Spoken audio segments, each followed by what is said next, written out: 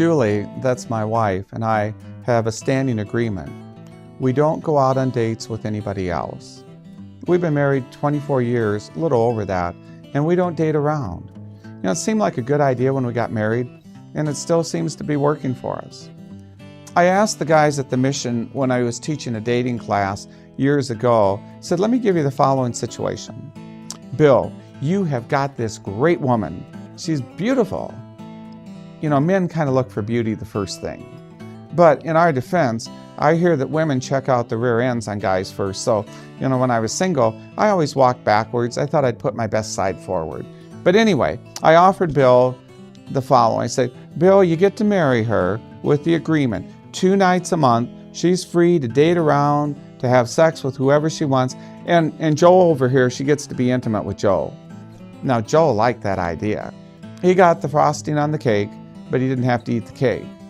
Bill, on the other hand, wasn't quite as excited about that option of open marriage, not when it was defined that way. Jesus, I found, is equally unwilling to enter into a relationship that's called an open relationship.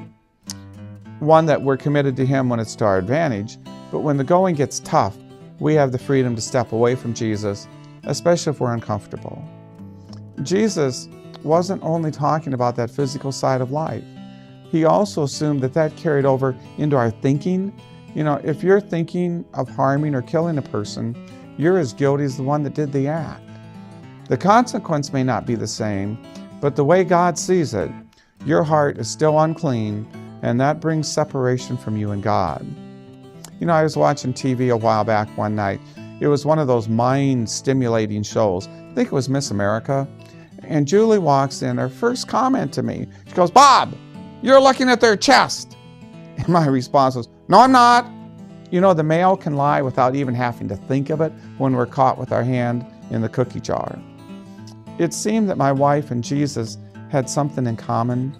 They both wanted my total commitment. And they both worry about what rattles around in my little brain. And they're willing to be completely unwilling to take second place. Julie is only willing to be second in my life to God. God, on the other hand, is not willing to be second place even to Julie.